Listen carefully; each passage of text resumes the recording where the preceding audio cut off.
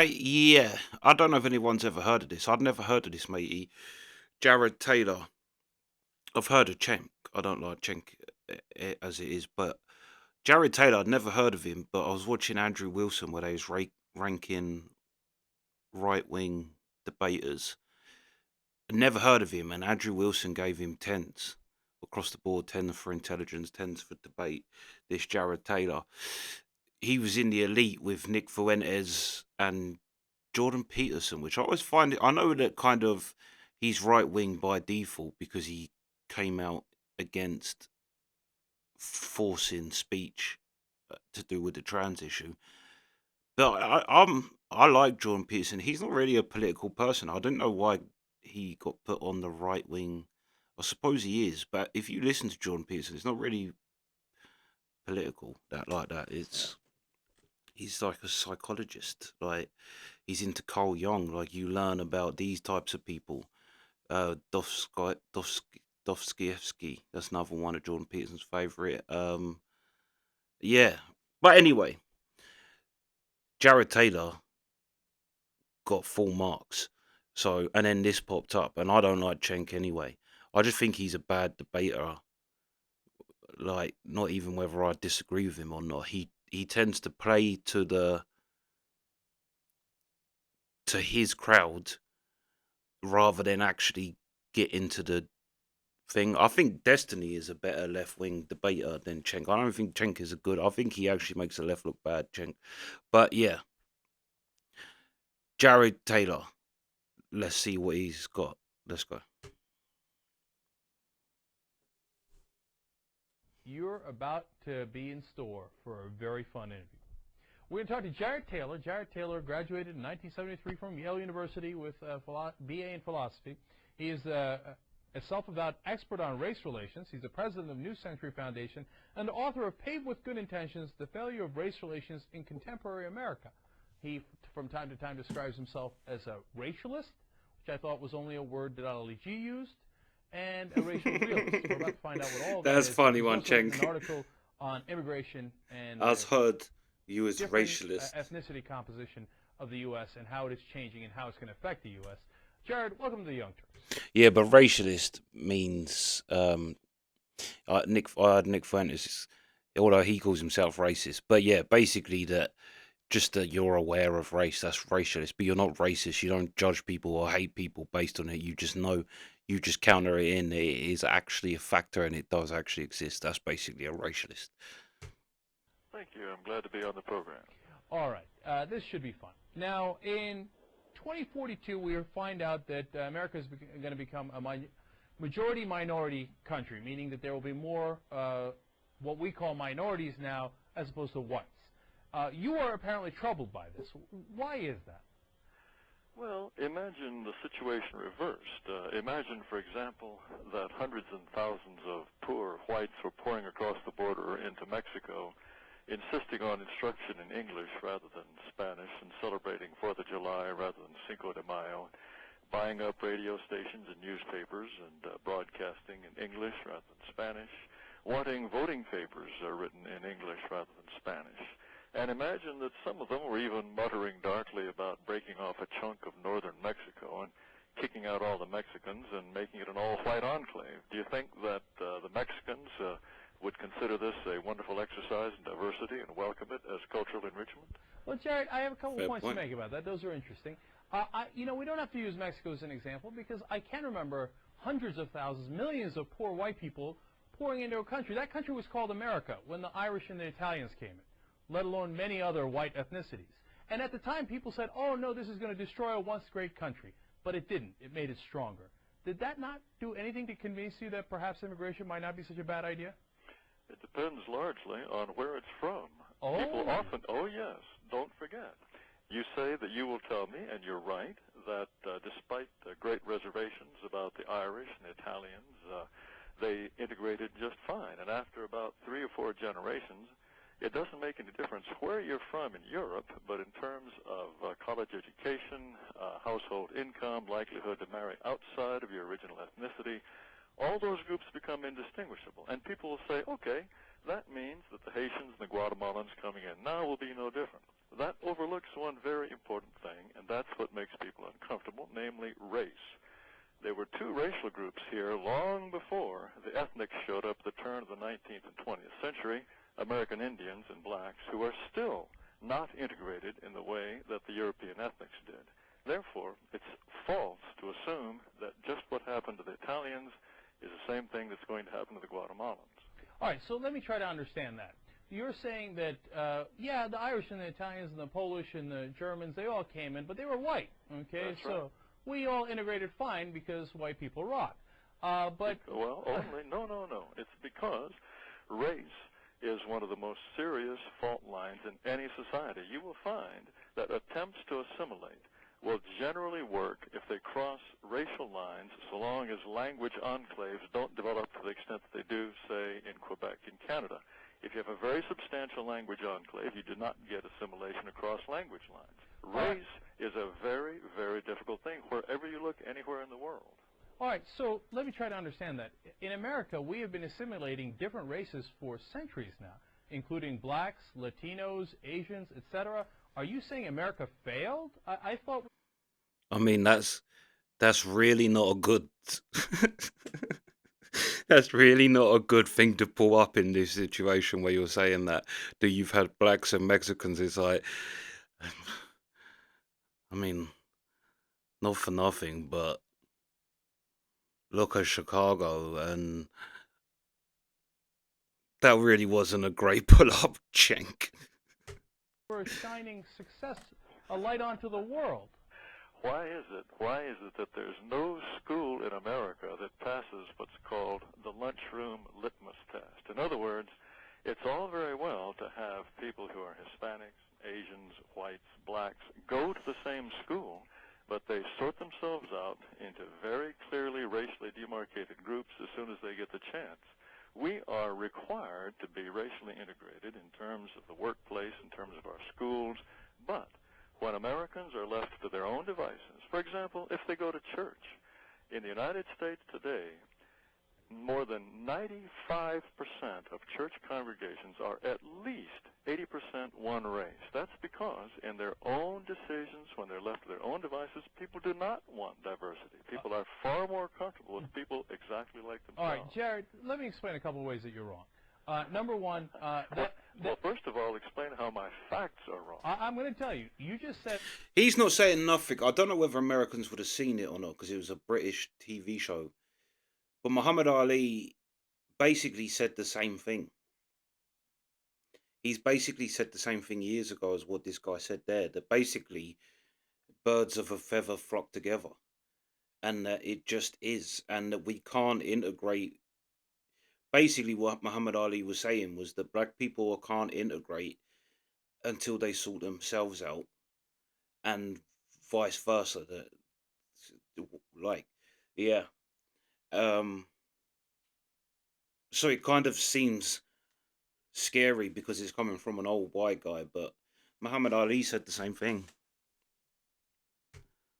In almost every school, I thought maybe you even said in every school in the country, that virtually every school in the country, they're segregated along race lines.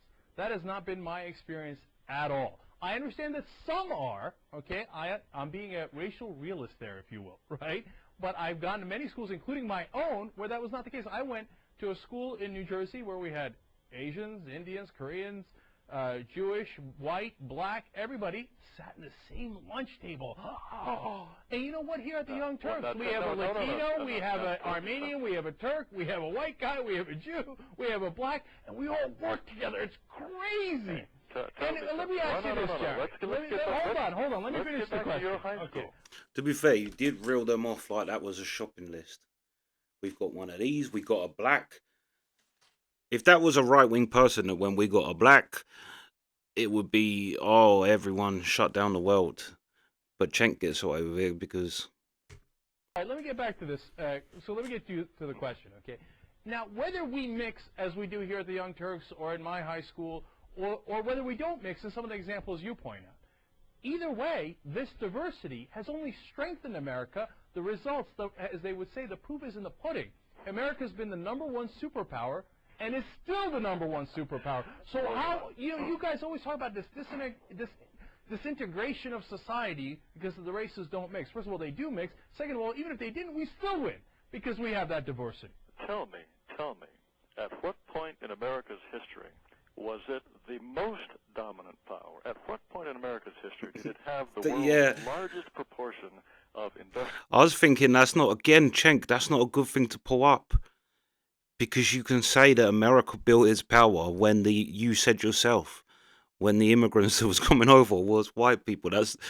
They built the superpower. Like, that was so obviously gonna. Cenk is an idiot. And economic might. Tell me, when was that? All right. Well, let me tell you. It was in 1945. No. In 1945, we were still 20 years away from abolishing a system, an immigration system that was designed specifically to keep the country majority white. Jared, do you Hold on. Let's be factual here. No, I'm trying to be factual. Jared, let me explain something. Let me ask you a question, okay? This is Cenk's thing as well, just shouting over people. The loudest person, like, it is that thing of, if I shout louder, I'm right. It's like, but you're not. Purposely twist the facts, or do you just not know the facts? Let me explain. And then he does that. Do you not realize that we had the highest percentage of wealth in the world in 1945 because Europe and Asia were decimated by World War II? Or do you ignore that fact on purpose? And do you ignore the fact that we boomed and were the #1 superpower, and after demolishing the Soviet Union, in fact, our height was in the 1990s until, of course, Bush came in. And those facts are conveniently ignored by you. Did we or did we not have the highest percentage in 1945 because the rest of the world was destroyed? But how would that... I don't agree with that. How would that make America stronger? It's like saying if you live around dangerous and poor neighbours, you're safer. Well, obviously you're not. Like, how could America... Like, without a doubt, that is true, that Europe was blown to pieces, and so was that. Like that, but you're putting the two together, where America was like already a new rising thing. But I don't see, like, because basically the rising power in the world had to bring everybody else out of thingy. So actually, that would have, if the rest of the world was on its arse, and America become a powerhouse whilst the rest of the world was a shithole. How is it that because the rest of the world was a shithole that America got big? How can America have any way benefited off a bunch of shitholes? What was happening in America was undeniable. And in fact, probably it would have been quicker escalated because the rest of the world would have actually been able to purchase things that they couldn't at the time because they was devastated by war. That's, again, terrible point, Cenk. Can that fact? You know, if you stop shouting and listening, you might learn something. Yeah, tell me about it, Mr. Racialist. The fact, Mr. What did you call me? Racialist. You call yourself Mr. Racialist. Right. That is something, that's a word that's been used to describe me. The proper term that I use for myself is a race realist. In fact, of course, the fact that's what Patrice O'Neill called himself. Europe and Japan were in bad shape. Of course, that's part of it. But there is no question that up until 1965, we were still very much the dominant power. And it is as our country has become increasingly diverse, I don't necessarily wish to connect the two, our proportion of wealth and power has declined quite dramatically. Now, you say that diversity is a strength. Without diversity, we would have no such thing as race riots. We would have no such thing as racial discrimination suits. We would have no such thing as race riots in high schools where blacks and Hispanics beat up on each other. Furthermore, let me finish. All right, go ahead. We would have no such thing as prisons in California and Texas that are kept in a constant state of lockdown because if the black and Hispanic prisoners are allowed to mix, they will be at each other's throats. You cannot point to a single thing in any kind of macroeconomic sense and say the presence of 30 million Mexicans in this country has made our country stronger. All of that is pure myth-making. All right, Jared, look, you've said so many things that are absurd. Let me ask you a couple of questions. Yeah. All right, let me ask you a couple of questions. All right, sure. You say we wouldn't have any race... One thing I'll say against him there is I watched the Holocaust denying people. But one of them one of the points one of them made was that if the Allied forces hadn't succeeded by 1947, all of Jews would have been wiped out off the face of the planet, and we wouldn't be dealing with the things we are now. And it's like, I mean, yeah, that's true. If all of them got wiped out, then we wouldn't be dealing with them fighting in the Middle East because they wouldn't be there. But you can say that literally about anything. It's like, think if you've got kids, and you go, oh, they cost a lot. But if I just kill them all, it's like that's not an answer to it. It's like he's right, yeah, that you wouldn't have riots and things, but yeah, it's I suppose it is the answer to separate everybody. I think that, to be honest, I think God was very smart when he put black people in Africa, Asians in Asia, and white people in Europe. It was our stupid fault for making boats and thinking, oh, we got to sail across this ocean, when God had clearly put us all in a place to stay away from each other and just get on. if we didn't have any different races. Well, I suppose that's true. Does that mean we should do some ethnic cleansing and get rid? Of course not. Because the Germans wouldn't have had any problems with the Jews if they had just finished, what was happening in World War II. They wouldn't have had any problem with the Jews, right? Because there wouldn't be any. My point is, by adding more ingredients, more fault lines, we are only brewing trouble. We never had a black and Mexican race riot until we had large populations of Mexicans. If we had just kept the Mexicans out, we never would have had this problem in the first place. But we did have race riots before the Mexicans came in. Could that have been because we had slavery and then impoverished the African-American population here? Or that had nothing to do with it? It was just the blacks going crazy?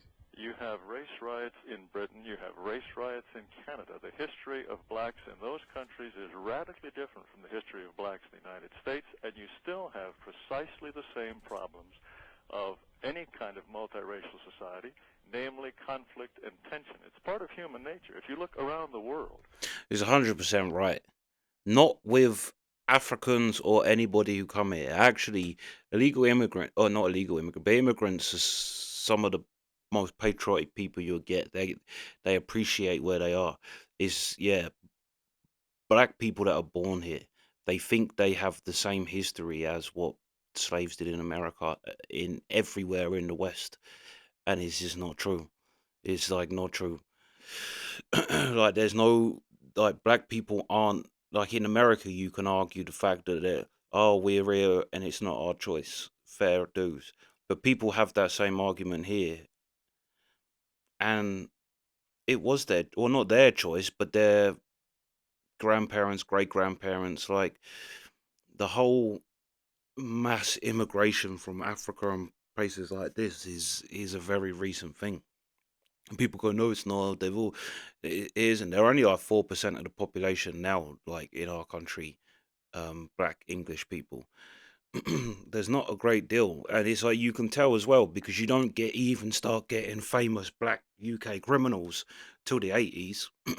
Maybe the 70s you'll get a couple, but when you're talking about the craze and that era, there ain't one black person there just because they weren't around. Otherwise, they'd have been there too. Those places where people are most diligently killing each other are precisely those places where diverse populations are trying to share the same territory, whether it's diversity of religion, race, language, or nationality. So, Diversity Jared, is a source of tension, not of strength. No, I want to understand your vision of the world, okay? Because apparently you don't believe in our vision of America where we all come together and we'll live together. So how does your vision work? We all go into our separate enclaves and we say, all right, this is white. Can someone just let me know what black neighborhood Cenk lives in?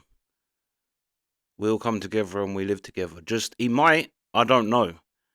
But we all come together and we all live together. What black neighborhood is he living in?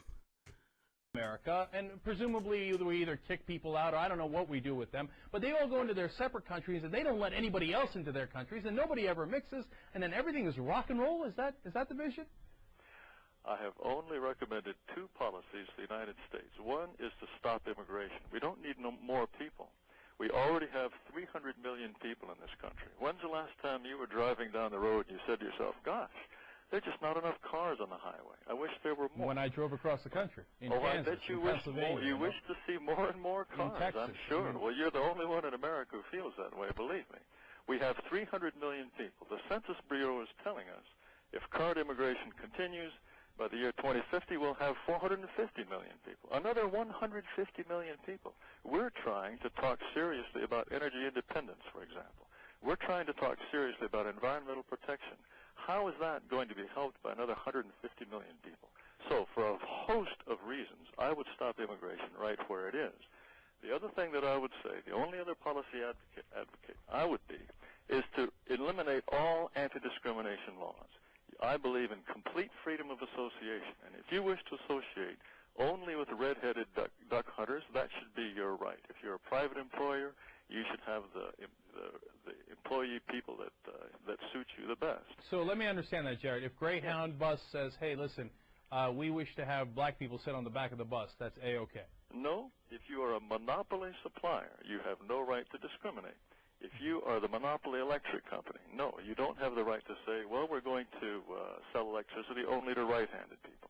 But if you are a private individual, just as you have the right to choose your own spouse for good reasons, bad reasons, or no reasons at all, if you are a private employer, you should have the right to choose your employees for good reasons, bad reasons, no reasons at all. If they turn out to be good workers, so much the better for you. If because of irrational discrimination you hire only Asians, for example, and it turns out Asians can't do the job, your company will fail. But you should have the right to discriminate. All right, so we're talking to Jared Taylor. I want to ask you about, whether I disagree with that is a different question, and I do, but I don't want to get into all of that. But you mentioned that we should have these races, as far as I could tell, separate, but no, those two things I don't... just told you. I just told you. No, because you were saying that once we put the Mexicans and the blacks together, they have race riots. Once we put the whites and the blacks together, we have race riots. See, this is why I just don't like Cenk, because it's not what he was saying. He said in prison. We have prisons in America where they have to be kept separate, because if they get around each other, it's going to go off. And he says, well, no, you have to keep them. You said you have to keep them separate. Just because he said the words kept separate, he completely applied it to something completely different. Should stop. Why can't we do it the other way? If in 2042 the minorities are going to be the majority, why can't we stop white folks from coming into the country? We could. I just told you I want to stop everyone from coming into the country. In fact, when we have a majority non-white in this country, it's entirely possible that by that point they will be able to pass through legislation that will provide for financial compensation for slavery and financial compensation for invasion of what used to be Mexico and is now part of the southwestern United States. Yes, they'll be perfectly capable of passing laws of that kind. All right, Jared. I don't look forward to that, but that's certainly a possibility. But what I've told you is I believe in complete freedom of association. Those who wish to mix, God bless them. Those who don't wish to mix, they should have. Yeah, that's what he was saying. Free to exercise that right. All right, and we're going to give you some examples of Jared's thought on that, but I want to remind everybody, Jared Taylor is the president of New Century Foundation. He's the author of Paved with Good Intentions, The Failure of Race Relations in Contemporary America. I know that you have some issues with mixing, Jared, because you said apparently in May of 2005, I want my grandchildren to look like my grandparents. I don't want them to look like Anwar Sadat or Fu Manchu or Whoopi Goldberg. Entirely correct. Okay. You want I would prefer that my children look like my grandchildren look like my grandparents. Many people in America, not just whites, feel that same way. Okay, so you don't, if your daughter wanted to marry a black guy, you'd be like, well, look, I don't want my granddaughters looking like Whoopi Goldberg. You'd ask her to reconsider. That's entirely correct. And what's wrong with that? Okay, no, I'm just getting it on the record as to what your feelings are. There's no problem. My ancestors have been Europeans for 40,000 years. We like it that way. I'd be very surprised if my children decided to marry outside of their race. I'd be surprised too if they grew up in your household. All right, so Jared, let me ask you this question. Sure. We also have this quote from you. Quote, there is no scale on which racial differences can all be ranked so as to draw across-the-board conclusions about racial superiority or inferiority. That sounds pretty good. But, quote, it is certainly true that in some important traits, intelligence, law-abidingness, sexual restraint, academic performance, resistance to disease, whites can be considered superior to blacks. At the same time, in exactly these same traits, North Asians appear to be superior to whites. Do you really believe that? Well, why would you not believe that? That's where all the evidence points. All of the evidence buttresses those positions. There's overwhelming evidence for that. Why would you, looking around the world today as we see it, why would you think for a moment that Haitians or Australian Aborigines, on average, are as intelligent as Japanese? Why would you think that? There's no evidence for it whatsoever. Jared, can you really be this stupid? Because look, if we... No, I've said it 100%. We had a Chinese girl that couldn't even speak English. She was in our school for about 3 days until everyone was like, she clearly, she couldn't even speak English, but she was smarter than everyone. Like, how'd you work that one out? How'd you come to an English-speaking school and be top of the school and you can't even speak the language? Yeah. Asians, they're smart. In the turn of the millennium, okay, and we said, hey, look, the Arab Empire rules the world. They're the largest empire in the world. These little people in villages in Europe, they're so pathetically stupid. How could they possibly compare to the Arabs, who are the geniuses of the world? Again, if you stop shouting, perhaps you will calm down and learn something. About how white people are superior. But I'm not white, so I go ahead. Teach, Master. When have the Australian Aborigines contributed anything of significance to world culture? And let me ask you once again, why would you consider? Look at the 5,000 years of the past history. You asked me a question. Do you understand the tide of history? Look. I think there's supposed to be two people talking here. You called up to interview me, not to go on a monologue. Yeah. Why would you even for a moment think that Australian Aborigines have contributed and have signs of the same intelligence as Japanese? Okay, Jared, you asked me a question. You asked me a question. Let me answer that. Why would you think that? Yes, I'm going to answer that.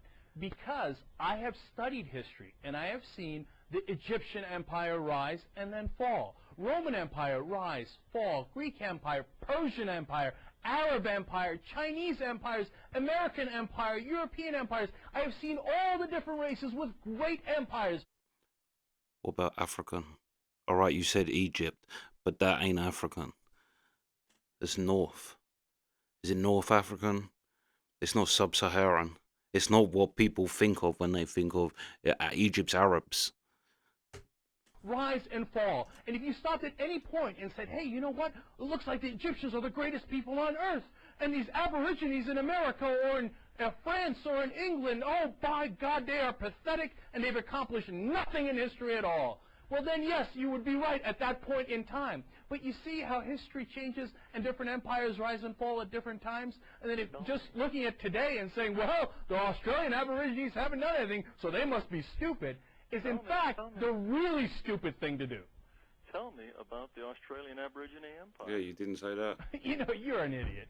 Okay, well, I just told you that there was no American empire before the Egyptians, when the Egyptians and the Romans were in charge. You know, I know he hung up. God, people like this. Because white people weren't there yet. Basically, that's what you're saying. There wasn't no American thing when Egypt had a... But also, we don't know. We don't know what was going on. But what we do know is what we can tell from now. But yeah. They're so simple-minded. They're so pathetically stupid. Because they get this one point in their head and they think they're clever. They're like, oh, well, the Aborigines didn't do anything, so I must be right. Black people must be stupid. Well, what about when black people ruled the world, when the Egyptians were in charge? Oh, damn, I didn't think of that. Or if I did... Because they was Arabs, not black people. And there'd be people in the comments, they're not. But yeah, I like that Cenk is proper projecting. They get 1 point and think they really got something. It's like, yeah, there's no, not even still today. And here's another thing. Here's a question for you. Pick any African country, any one of them.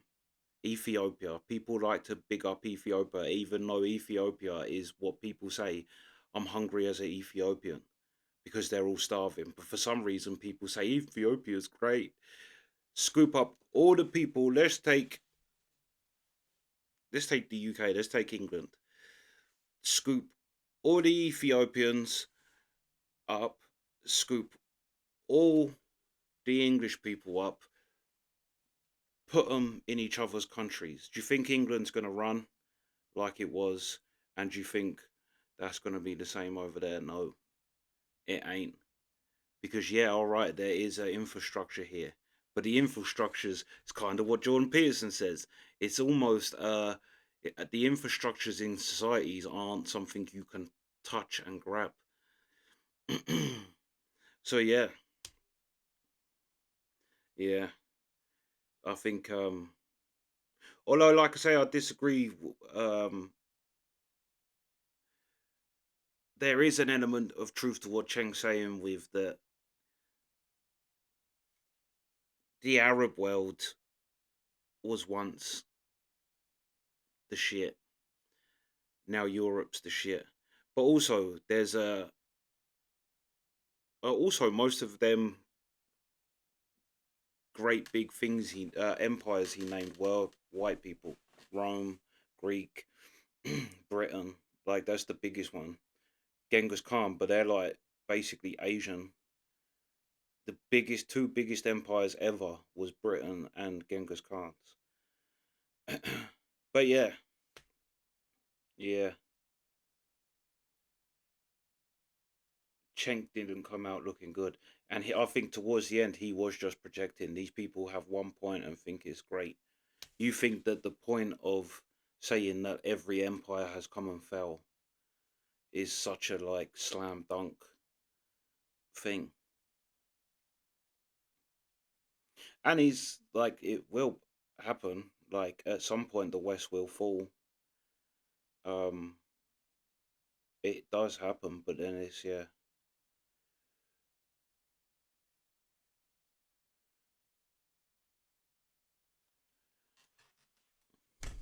Go back to the Australian Aborigine point, because I don't have another point. God, No, because he asked you a question, you didn't answer it. He said, "What of Australian?" Well, the Roman Empire fell, the Greeks fell, these fell, these fell, this fell. America wasn't here when Egypt was here. Also, if you're going to hold Egypt as a great civilization, the one thing that we have of them really that's great is the pyramids. And that was done with a ridiculous amount of death, pain, and suffering from slaves. Is that really a great civilization? You say, well, America had slaves. They just said the time America become a powerhouse wasn't the time when they had slaves. So these people, and look, they're on the right side of the political spectrum, okay? They're not on the left side. They're on the right side. They hate America. They hate the idea of us mixing together. The melting pot and all the different ethnicities, they can't stand that idea.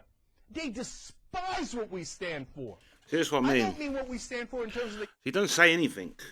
He just said these people hate America. Like, what is your point? It's like that doesn't have anything to do with what he said. You just don't have an argument. That's why I don't like Cenk. He is just he's not smart. Like he don't think about things. He's just his whole thing is this whipping people up into an emotional frenzy. They don't want us to come together. And he's got a point. The guy's got a point. If everybody wants to come together in America, then why is like places predominantly black, Chicago, places like this, then you got white areas, then you got Mexican places, and then you've got some places where it's all mingled, but it, he's right. It's the same as in our country. Typically, most of the black people live around the black people, and most of the white people live around the white people.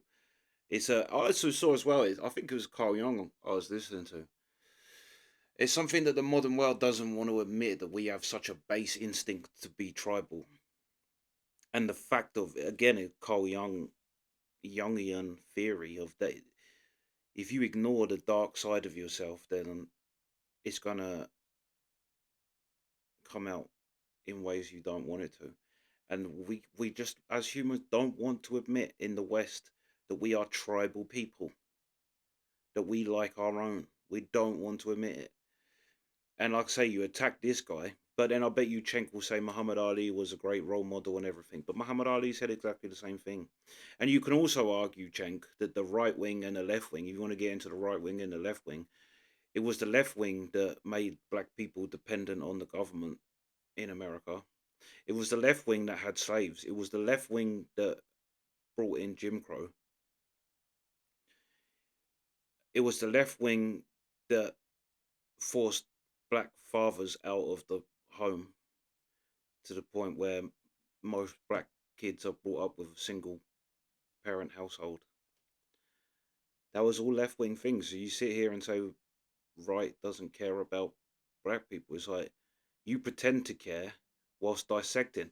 And this is the other thing I see Charlie Kirk say, that actually he talks about some economists saying that actually black people before the civil rights movement was actually way more financially secure as an individual group, and that actually if they would have just carried on building that up and then entered into white society with your own shit going on, rather than the civil rights happening and everyone wanting to just jump onto what white people's doing and just completely chucked away everything that black people had built up at that point. But yeah, it's a true fact that black people was more financially secure under Jim Crow, and